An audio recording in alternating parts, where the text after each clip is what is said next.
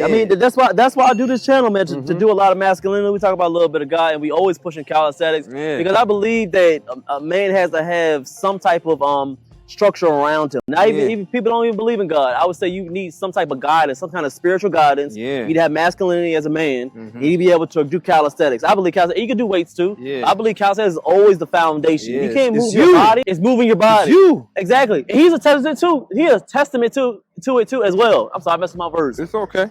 I do weights too. He does weights every once in a while too. We throw him in every once in a while. I would say my percentage is I do at least about 80 to 85% all calisthenics, and maybe like 15% weights. Yeah, like for me, I'll do like high reps with this. And then try to match the reps with weights. Because let's say we try to lift heavy with the weights. We're already tired from calisthenics, so try to go lighter, but just control your technique, work on the form, because you're still gonna grow. You're hitting hypertrophy numbers. Like let's say you do 15 pull-ups. Okay, do 3 sets of 15 on the pull-ups, and you do 3 sets of 15 on the pull-downs. Match that. And then go curl or some shit.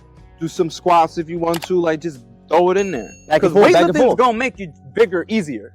It does. That is a testament. I always admit that. I mean, it will make you bigger, but it's just you want to have mobility. You want body control. Yeah, you do. Because I mean, there's a reason why fighters they don't really lift a lot of weights. Yeah, they don't.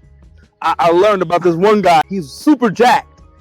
He said he had to stop training his arms and his legs because he was too big. It would make him tired from kicking, swinging.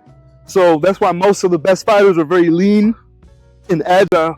Because that big shit, you're gonna be too slow. You're gonna lose your mobility. Because the dude that's a little bit smaller, he's gonna be quick on them niggas that be skinny and I'm like, oh shit. He gonna knock you out quick. Hell yeah. You can't keep it. You're too tired. You're too big. You're too tired to deal with him. Yeah. By the 5th round, your shoulders is huge. Them niggas with them big boulders, they tired in like 10 minutes. Like Simeon Panda was talking about it. He's like, oh shit, I can't be this big. I gotta lean up. Is Simeon, is he? He's natural. He's natural. You think he's natural? Yes. That's controversial. That's real controversial. Well, I understand why people get accused. We just look better than most niggas. Very true. It's okay. Why can't niggas just admit it? Some niggas are just way better looking. Yeah. Some niggas just have the genetics. You can't just some niggas are just they built it. It's just how it is. It's the genetic code. Very true. Some niggas are here to show people, look, this is a phenom right. This is a nigga that very few humans can look like, but at least be inspired. Like that's why I fuck with Michael Hearn. A lot of people clown him because there's no way you look like that at this age. Oh, your testosterone is supposed to drop at this age, nigga. He's going against the grain because he's training since he was 19, 12 or whatever. That's that compounds, bro. That's years, 40 years of training.